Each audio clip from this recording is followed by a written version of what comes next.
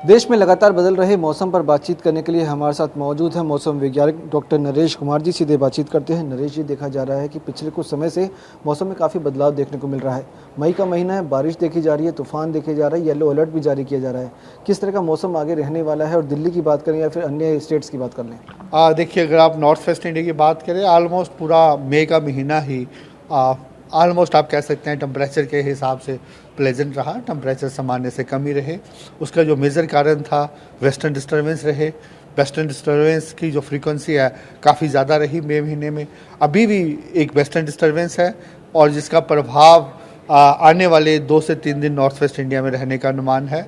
उसके लिए आप फिगर्स में देख सकते हैं कि आलमोस्ट पंजाब, हरियाणा, उत्तराखंड और वेस्ट यूपी और राजस्थान के लिए हमारा ऑरेंज अलर्ट है। हम जहां एक्सपेक्ट कर रहे हैं कि जहां वेरी लाइट रेनफॉल एक्टिविटी हो सकती है, उसके साथ ही जो हवाओं की गति है वो 50 से 60 किलोमीटर रहने का अनुमान है, जिसके लिए हमने ऑरेंज अलर्ट दे के रखा है। और अगर आप हिमालय की बात करें, वहाँ लाइट मॉडरेट रेनफॉल रहने का अनुमान है।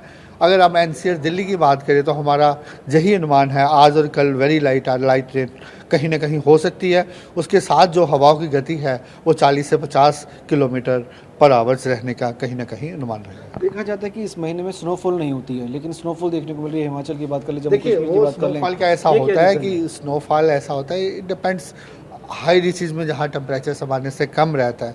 जनरली हमारे कंडीशंस क्या होता है कि जब सरफेस टेम्परेचर्स 2 डिग्री से कम रहते हैं वहाँ स्नोफॉल का पॉसिबिलिटी रहता है। तो एक्सट्रीम नॉर्थ में कहीं ना कहीं हो सकता है। इन जनरल स्नोफॉल होने का पॉसिबिलिटी कम ही रहता है। महाराष्ट्र साइड की बात कर लें, वहाँ पे लगातार बारिश हो रही है, तो उस तरह का मौसम वहाँ पे किस तरह से रहने वाला है? महाराष्ट्र में ऐसा जब कोई वेदर नहीं है, इससे पहले काफ़ी एक्टिविटी था।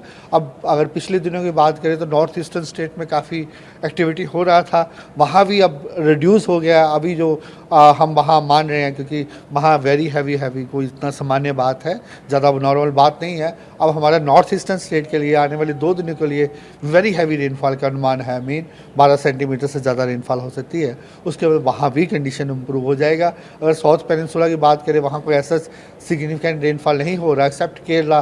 वहाँ कहीं ना कहीं आइसोलेटेड प्लेसेस में हैवी रेनफॉल एक्टिविटी रह सकता है। मानसून की बात कर लें, क्या मानसून इस बार पहले आने वाला है या फिर समय पे आने वाला है? किस तरह की आगे बताएंगे। इससे पहले जैसे south peninsula north eastern state में समय से पहले आया, उसके बाद अभी थोड़ा ब्रेक टाइप सिचुएशन है।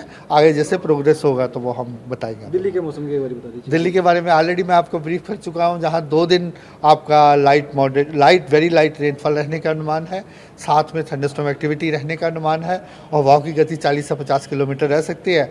उसके बाद जो टेम्परेचर सामान्य से कम है, फिर थोड़ा टेम्परेचर 3 दिन के बाद ग्रेजुअली राइज होंगे। तापमान कितना रहने वाला है? 40 से कम ही रहेगा। शुक्रिया बातचीत करने के लिए। कम से विपुल के साथ विवेक शर्मा, टीवी 9 भारत दिल्ली।